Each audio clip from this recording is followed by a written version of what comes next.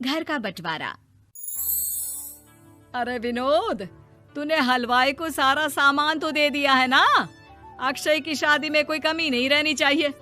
आखिर सबसे छोटा भाई है तुम सबका। हाँ माँ, आप चिंता मत करो, मैं पूरा ध्यान रखूंगा।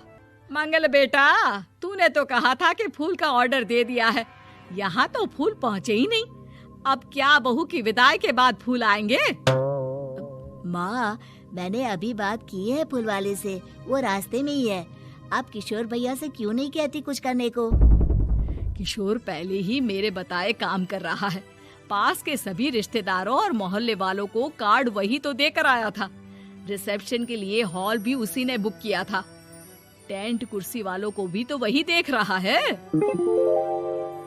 पर कई मोहल्ले वाले तो हमारे भरे पूरे परिवार से जलते भी हैं। उन्हें बुलाने की क्या जरूरत थी? बेटा, शादी ब्याह में तो बुलाना ही पड़ता है, नहीं तो लोग क्या कहेंगे। दादी दादी देखो ना, हलवाई अंकल हमें लड्डू नहीं दे रहे, आप इनको डांटो ना। अरे चैन सुख दे देना बच्चों को लड्डू, क्यों तंग कर रहा है इन्हें? बीबी जी, मैं कहाँ मना कर रहा हूँ, लेकिन लड्डू बनते ही ये बच्चे उठा उठा कर खा लेते हैं। अरे मैं तो इन्हें थाल में रख के परोस भी नहीं पा रहा। भागो, अब कोल्ड ड्रिंक पीने चलते हैं। भागो भागो, अब कोल्ड ड्रिंक पीने चलते हैं।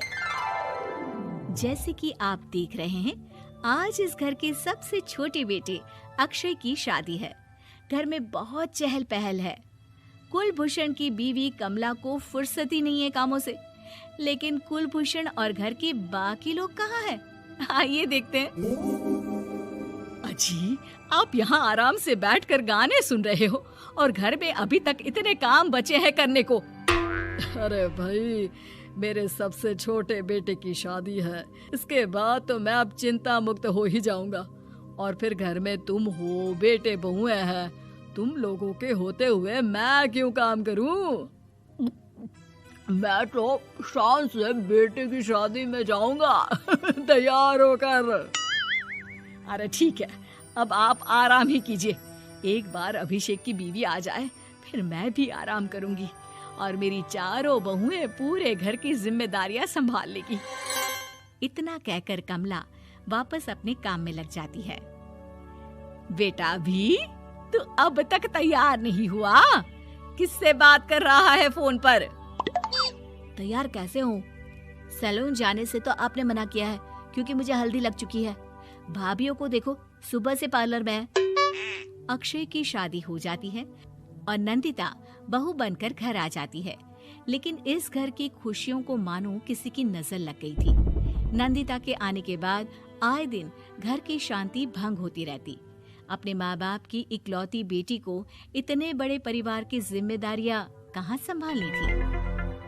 अभी देखो ना, मेरे हाथों की मेहंदी भी अभी नहीं उतरी है और तुम्हारी मम्मी ने मुझे घर के कामों में लगा दिया।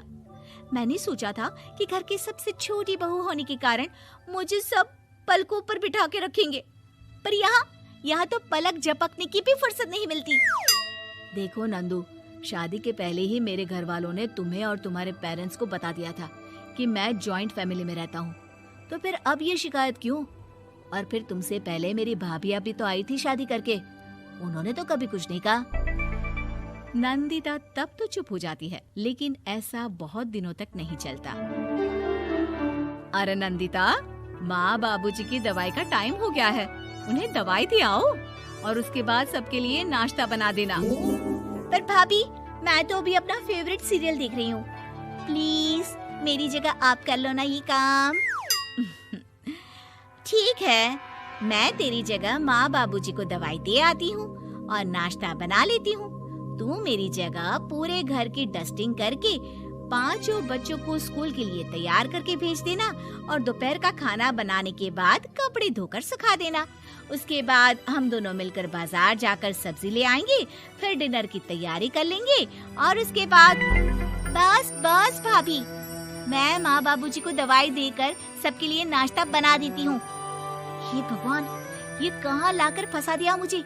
मेरे घर में तो गिनती की 8 रोटियां और 2 सब्जी बनती थी और नाश्ता निपट जाता था, यहाँ तो रोटियों का ढेर और सब्जियाँ बड़े बड़े पतीलों में बनानी पड़ती है। नाश्ता बनते बनते लंच का टाइम हो जाता है और लंच बनते बनते डिनर का। अभी मुझ में तुम्हारे पूरे परिवार का नखरा उठाने की और ताकत नहीं बची। मैं ऐसे नहीं रह सकती। अरे तो क्या चाहती हो तुम? मुझे अलग रहना है बस। तो ठीक है, हम कल ही शिफ्ट हो जाएंगे किराए के घर में। इतना बड़ा घर होते हुए हम किराए पे क्यों रहेंगे? ना जी ना, घर में ही दीवार खड़ी करो अपने हिस्से के आगे। घर के साथ साथ घर की खुशियों में भी दीवार खींच जाती है। ऐसे ही कई महीने बीत जाते हैं और नंदिता माँ बन जाती है। बच्चे के आने से अभिषेक के कंधों पर खर्चों का बोझ आ पड़ता है। अभिषेक का बोझ कम करने के लिए नंदिता भी पार्ट टाइम जॉब कर लेती है, लेकिन इससे उसके सर पर नौकरी, घर और बच्चे की जिम्मेदारी बढ़ जाती है। नंदिता, ये क्या है? तुमने घर भी ठीक से साफ नहीं किया, ना ही मेरे कपड़े धुले हैं। चिंटू के बाल भी कटवाने जाना था, देखो उसके बाल कितने बढ़ गए हैं। अरे करती क्या हो पूरा दिन तुम? मैं करती क्या हूँ? तुम्हारा नाश्ता और लंच बनाने के बाद चिंटू को डे केयर सेंटर पर छोड़ कर आती हूँ, फिर खुद ऑफिस जाती हूँ। पूरा दिन काम करके आने के बाद बिना आराम किए बाजार से सब्जियाँ लेकर आती हूँ, घर आकर खाना बनाती हूँ, चिंटू को देखती हूँ और क्या करूँ मैं? तो किसने कहा था अपने सर पर इतने काम लेने को? मत जाओ ऑफिस। ऑफिस जाए बिना घर के खर्चे कहाँ से पूरे होंगे? चिंटू की डे केयर का खर्च, उसके लिए बेबी फूड का खर्च, प्रेस वाले का खर्च, ये सब तुम्हारी सैलरी से होता नहीं है। अगर परिवार से अलग नहीं होती तो इतनी मुसीबतें नहीं उठानी पड़ती तुम्हें परिवार के साथ मिलकर काम करने में दिक्कत थी, लेकिन काम तो अब भी बहुत है तुम्हारे सर पर। चिंटू को भी डे केयर भेजने की जरूरत नहीं पड़ती। उसको गोद में खिलाने के लिए दादा दादी और घर के सभी बड़े होते। उसके साथ खेलने के लिए उसके भाई बहन भी होते। मेरे तीनों बड़े भाइयों के बच्चे भी बड़े हुए हैं, लेकिन बिना महंगा बेबी फूड खाए, क्योंकि मेरी माँ और भाभियाँ बहुत अच्छे से जानती है कि बच्चे को क्या खिलाना चाहिए।